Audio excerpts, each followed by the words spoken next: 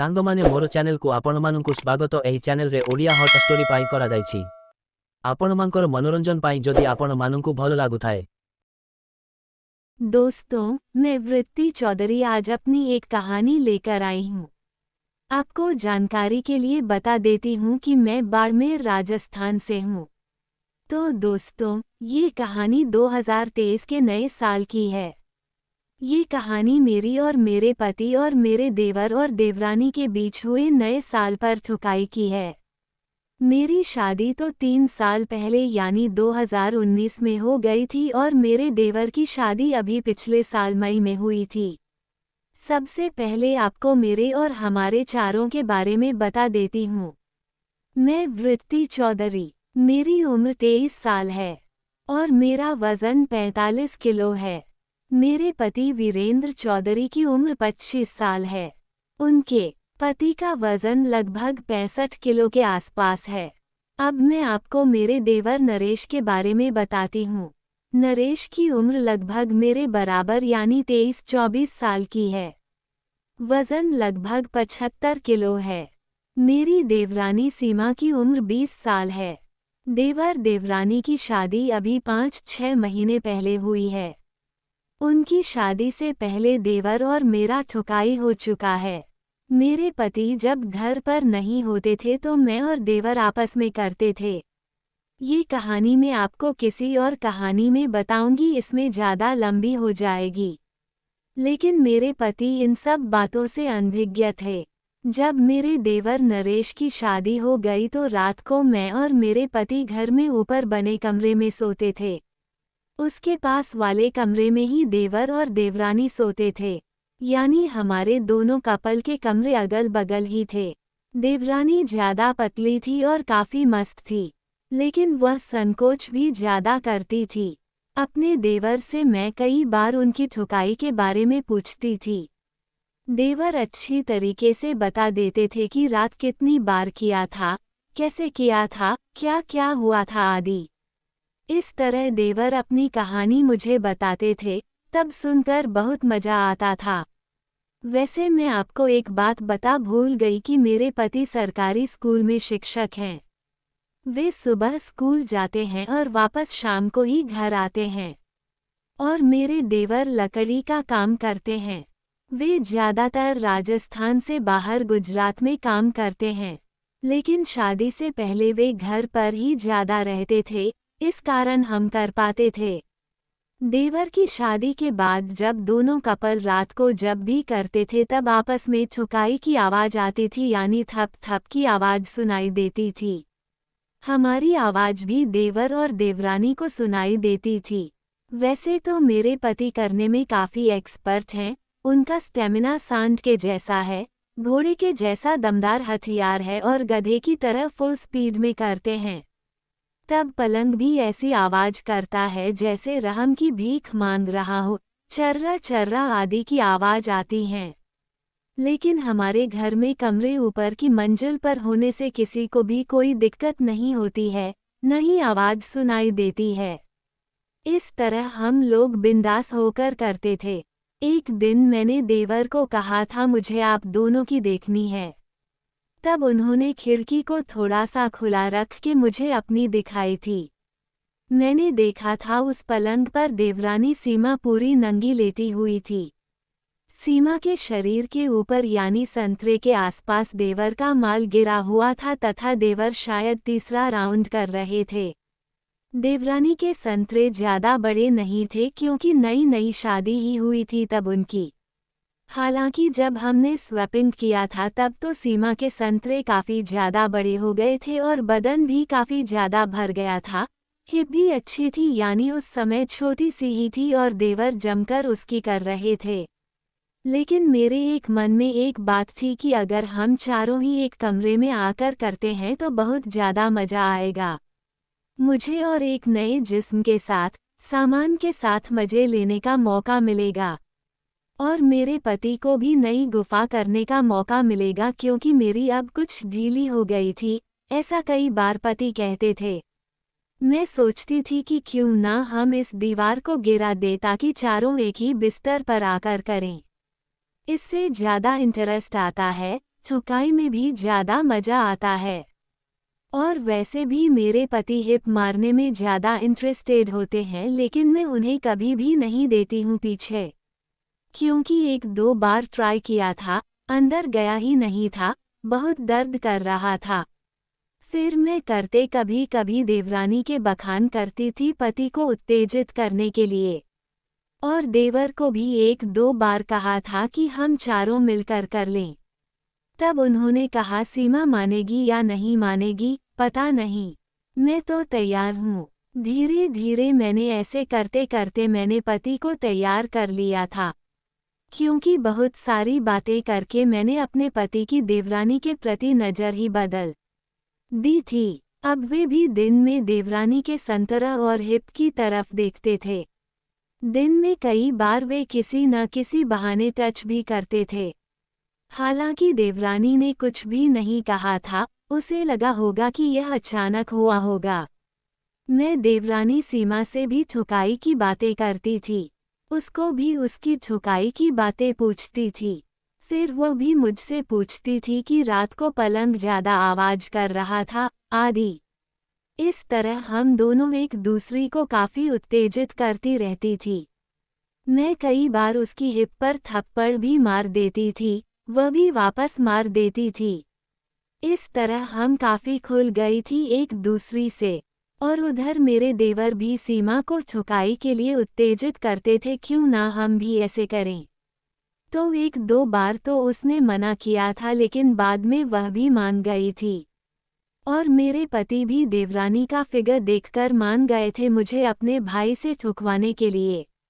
मैं और देवर तो पहले से ही तैयार थे, लेकिन मैंने पति को कभी भी यह एहसास नहीं होने दिया था कि मेरे और देवर के बीच पहले ही छुकाई का खेल खेला जाता रहा है। मैंने बताया था कि देवरानी सीमा को मैंने मनाया था और देवर को सीमा ने ही मनाया था। अब छुकाई में मुझे भी मजा आने वाला था, क्योंकि मेरे पति के नीचे देवरानी लेटी होगी। मेरे पति ऐसी दमदार करते हैं कि देवरानी की चीखें निकाल देंगे। मैं भी बड़ी मुश्किल से उन्हें झेल पाती हूँ। और सीमा तो पतली और छोटी है, कैसे झेल पाएगी। देवरानी भी मेरे पति को देखकर थोड़ा डरी हुई थी। इस कारण देवर ने भी बड़ी मुश्किल से देवरानी को मनाया था। फिर नए साल से पहले दिन हम सब ने प्लान बनाया कि हम एक ही कमरे में आकर करेंगे। फिर नए साल की पूर्व संध्या को 31 दिसंबर को मैं और मेरे पति दोनों कमरे में बैठे थे।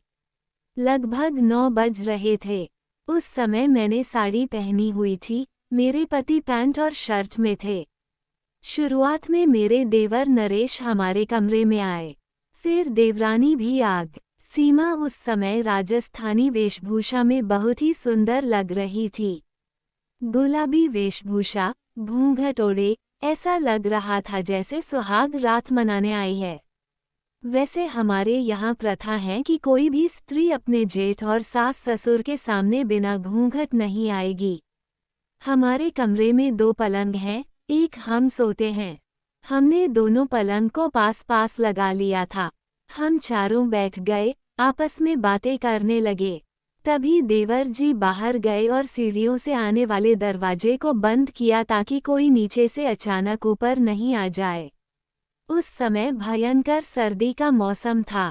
काफी देर की बातों के बाद मैं देवर के पास जाकर बैठ गई और सीमा को मैंने मेरे पति के पास जाने को बोला, तो वह संकोच के मारे मुंह दूसरी तरफ करके खड़ी हो गई थी। बाद में मेरे पति हाथ पकड़कर सीमा को अपने पलंग पर ले गए। मैं देवर के पास बैठकर मस्ती करने लगी। मेरे पति सीमा को अपने पलंग पर बैठाकर उसके संतरे मसलने लगे थे। हमारे दोनों पलंग आपस में चिपके हुए थे। काफी देर बाद देवर ने मेरे कपड़े उतारने शुरू कर दिए। साथ साथ हमने आपस में करना शुरू किया। धीरे धीरे देवर ने मेरी साड़ी, ब्लाउज, पेटीकोट उतार दिए। मैं सिर्फ ब्रा और पैंटी में रह गई थी। मेरी पैंटी काफी ज्यादा गीली हो गई थी गुफा के पानी से। मैंने भी देवर के पैंट और शर्ट उतार दिए। अब वे सिर्फ चड्डी और बनियान के अंदर थे। चड्डी के अंदर उनका बहुत मोटा सा मूसल का उभार आसानी से दिखाई दे रहा था। फिर उन्होंने मेरी ब्रा को उतार दिया। मेरे संतरे एकदम आज़ाद हो गए जैसे कोई पिंजरे में कैद थे। और देवर ने उन्हें बस मसलना शुरू किया, मेरे होठों और गालों पर किस करना शुरू किया। धीरे धीरे ऐसे करते करते मैं काफ़ी उत्तेजित हो गई। मैंने भी देवर की बनियान उतार दी और चड्डी को भी निकाल कर फेंक दी। फिर उन्होंने मेरी पैंटी उतार दी और अपनी भाभी की गुफा पर जुबान लगाकर चाटने लगे। मेरे शरीर में अजीब सिहरन दौड़ने लगी। आज तो मुझे मेरे देवर का कुछ ज्यादा ही लंबा और मोटा दिखाई दे रहा था। यानी एक बार तो मैं देखकर डर गई थी कि आज यह मेरी फाड़ देगा। देवर का वजन लगभग 75 किलो के आसपास है। फिर हम दोनों पोजीशन में आ गए। मैं उनके बॉल और सामान चूसने लगी थी और वे मेरी गुफा की फांकों को चाटने लगे थे। मैंने पानी छोड़ दिया तो उन्होंने पूरा पानी पी लिया और उन्होंने रस निकलने से थोड़ा पहले मुंह से निकालकर मेरे पेट पर गिरा दिया। मेरी देवरानी और मेरे पति पास वाले पलंग पर थे, वैसे मैं और सीमा दोनों अगल बगल में लेटी थी। हम दोनों के सर एक ही दिशा में थे। तभी मेरी नज़र देवरानी पर पड़ी। अरे, मैं आपको देवरानी का बताना भूल गई कि मेरे पति उसे पकड़कर अपने पलंग पर लेकर गए थे। उसके बाद क्या क्या हुआ था। वह बहुत ही शर्माई हुई थी। उसका चेहरा एकदम लाल हो गया था क्योंकि वह मेरी तरह खुले विचारों वाली नहीं थी। मेरे पति ने उसे नंगी कर दिया तथा अपने कपड़े भी खुद ही उतारे थे। शुरुआत में जब सीमा नंगी हुई तो वह बहुत संकोच कर रही थी। उसे अपनी गुफा को हाथों से ढक भी लिया था, लेकिन अब धीरे धीरे वह खुल रही थी। मस्ती में सीमा के बाल खुल गए थे जो बहुत लंबे थे, जो कमर तक आते थे। तब वे पोजीशन में आए थे। बाद में पति ने देवरानी को सीधा लिटाकर टांगों को अपने कंधे पर ले लिया। फिर मेरे पति ने सीमा की हिप के नीचे एक तकिया लगाए और उसे चाटने लगे और उसके बाद सामान पर ढेर सारा थूक लगाकर अंदर घुसेड़ने की कोशिश करने लगे। मैं अपनी जगह पर लेटी हुई देवरानी और अपने पति को देख रही थी। मुझे पहले से ही देवरानी की छुकाई उसके पति से देखना पसंद था। मेरे पति ने सीमा की टांगे कंधे पर लेकर सामान को उसकी गुफा के छेद पर सेट करके एक धक्का लगाया। लगभग आधा अंदर गया और सीमा की एकदम चीख निकल गई क्योंकि मेरे पति की ठुकाई हर कोई बर्दाश्त नहीं कर सकता था। फिर उन्होंने दूसरा ही झटका लगाया और पूरा का पूरा सीमा की गुफा के अंदर समा गया, सीधा बच्चेदानी से जाकर टकराया। जेठ जी के सामान से सीमा की शरीर में अजीब सी झंझनाहट होने लगी थी। मेरे पति उसे पूरे जोश से कर रहे थे। आज पलंग आज कुछ ज्यादा चर्रे चर्रे कर रहा था, जैसे अभी टूटा। इस तरह जबरदस्त ठुकाई से सीमा की तो मानो जान निकल गई हो। इधर मेरे देवर ने भी अपना हथियार मेरी गुफा पर सेट किया और एक ही झटके में अंदर डाल दिया। मेरे को गुफा को ठुकते हुए काफ़ी लंबा टाइम हो गया था, इसलिए मुझे कुछ ज़्यादा दर्द नहीं हुआ था। फिर वह भी पति के जैसे मुझे पलने लगे। लगभग 10 मिनट के बाद देवर के जब निकलने वाला हुआ, तब उन्होंने बाहर निकालकर मेरे पेट और संतरों पर अपना पूरा रस एकदम गर्म लावा डाल दिया और मेरे ऊपर ही लेट गए। दूसरी तरफ मेरे पति अभी भी देवरानी को कर रहे थे। हमारे झड़ने के लगभग 5 मिनट बाद उन्होंने भी अपना रस देवरानी के पेट और संतरों और मुंह और बाल तक उछालकर खाली कर दिया और उसके ऊपर लेट गए। सीमा की सांस ऊपर नीचे हो रही थी क्योंकि घोड़े जैसे स्टेमिना और गधे जैसे सामान से पहली बार उसकी हुई थी। उसके बाद मेरे पति और देवर दोनों ही हमारे दोनों के आसपास लेट गए। लगभग 10 मिनट के बाद उनके हथियार फिर से तैयार हो गए। इस बार उन्होंने लेटे लेटे पीछे से करना शुरू किया, यानी एक पलंग पर देवरानी और दूसरे पर मैं। हमारे चेहरे आमने सामने थे। जबरदस्त करने के लगभग 10 मिनट के बाद मेरे पति और देवर नीचे लेट गए और हम दोनों उनके सामान के ऊपर बैठकर उछलने लगी, यानी सामान की सवारी करने का मौका मिला। हम दोनों ने जम कर की। उसके बाद काफ़ी ज़्यादा थक गई थी तो लेट गई। फिर घड़ी में टाइम देखा तो लगभग 11 बज रहे थे, यानी हमको करते हुए लगभग 2 घंटे हो गए। आज दिन तक इतनी थकाई कभी नहीं हुई थी। उसके बाद उन भाइयों ने हम दोनों को घोड़ी बनाया, यानी इस बार मेरा सर और देवरानी का सर आपस में टकरा रहे थे। हम आमने सामने थी। सीमा की हिप के पीछे मेरे पति थे, मेरे पीछे मेरे देवर थे। घोड़ी स्टाइल में उन दोनों ने हम दोनों को करना शुरू किया। लगभग 10-12 मिनट तक उन्होंने किया। काफ़ी मज़ा आया सबको, जैसे जन्नत की सैर कर ली हो। इस दौरान मेरे पति ने मेरी देवरानी की हिप भी मारने की सोची। उन्होंने अपना गुफा में से निकालकर थूक लगाकर सीमा की हिप में डाल दिया। सीमा ने आज तक कभी भी हिप नहीं ठुकवाई थी। मेरे पति का जब हिप में घुसा तो उसकी हिप फट सी गई थी। उसकी आंखों में आंसू आ गए, वह रोने लग गई। लेकिन देवर ने मेरी हिप नहीं मारी थी क्योंकि मैंने मना किया था। उस रात मेरे पति ने देवरानी की जबरदस्त तरीके से हिप मारी। सीमा उठने लायक हालत में नहीं थी। उसके बाद हम काफ़ी थक गए थे और मेरे पति ने सीमा को अपने साथ सुला लिया क्योंकि वह चलने की स्थिति में नहीं थी। मैं और देवर उनके कमरे में चले गए। काफ़ी देर तक हमने प्यार भरी बातें की। उसके बाद लगभग 1 बजे हम सो गए। सुबह लगभग 5 बजे मेरी नींद खुली तो मैं अपने कमरे में आई। तब मेरे पति सीमा को पेल रहे थे। मेरे पति ने बताया कि सुबह भी उन्होंने एक बार हिप मारी और एक बार गुफा मारी। उसके बाद मैं भी देवर के कमरे में जाकर उनको जगाकर उनसे ठुक गई। उधर देवरानी चलने लायक स्थिति में नहीं थी तो मेरे पति ने उसे कपड़े पहनाए और देवर के कमरे में छोड़ गए। जब मेरे पति सीमा को छोड़ने आए, उस समय देवर मेरे को घोड़ी बनाकर कर रहे थे। सीमा हमारे पास आकर एकदम निढाल होकर लेट गई। ठुकाई के बाद मैं नंगी अपने कमरे में चली गई। सीमा 3 दिन तक चलने लायक की स्थिति में नहीं रही थी क्योंकि उसकी हिप बहुत ज़्यादा सूज गई थी और गुफा भी काफ़ी दर्द कर रही थी। मैंने उसे पेनकिलर गोलियां दी, उसके बाद उसकी हालत सामान्य हुई।